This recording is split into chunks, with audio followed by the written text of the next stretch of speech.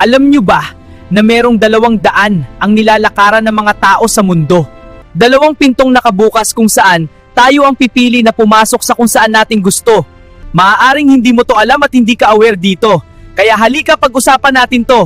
Sa buhay natin, tayo ay malayang magdesisyon sa kung anong daan ang ating tatahakin. Ngunit sinabi ni Jesus na tayo ay pumasok sa makipot na pintuan dahil maluwang ang pintuan at malapad ang daan patungo sa kapahamakan. Ito ay pagpapaalala ng Diyos na hindi porket malaya tayong pumili at magdesisyon ay gagawin natin ang kahit na anong gusto natin dahil hindi lahat ay magbibigay kaluguran sa Diyos. Ngunit makipot ang pintuan at mahirap ang daan patungo sa buhay na walang hanggan at kakaunti lang ang dumadaan dito. Kung ikaw ay tatanungin, anong pintuan ang pinapasukan mo? At ano ang daan na nilalakaran mo? Ito ba ang makipot na pintuan at mahirap na daan o ang maluwang na pintuan at malapad na daan?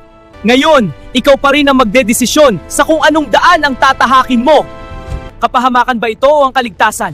Ang Diyos o ang dyablo? Ang langit o impyerno? Ako nga pala si Kobe, nagpapaalala ng salita ng Diyos. See you sa susunod na episode. Diyos mabalos!